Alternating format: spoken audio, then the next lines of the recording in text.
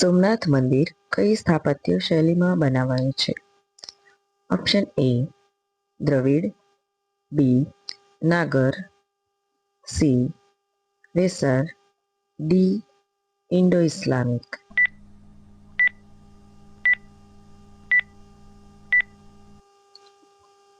સાચો જવાબ છે option B Nagar.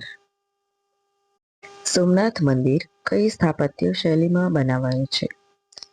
Option A Dravida, B Nagara, C Vesara, D Indo Islamic.